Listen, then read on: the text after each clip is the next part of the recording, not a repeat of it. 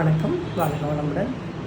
எனக்கு ஒரு 3 மந்த்ஸாக ஷோல்டர்லேருந்து விரல் வரைக்கும் எந்த வேலையுமே செய்ய முடியல. கை ஃபுல்லாக பெயின் ஆயிடுச்சுங்க. நைட்டில் சுத்தமாக தூங்க முடியறதில்லை. கை இப்படி ரொட்டேட் பண்ண முடியறதில்ல. எந்த திங்ஸ் எடுத்தாலும் வலி இருக்கிறது. அப்போ பொண்ணு வீட்டுக்கு மதுரைக்கு வந்திருந்தேன்.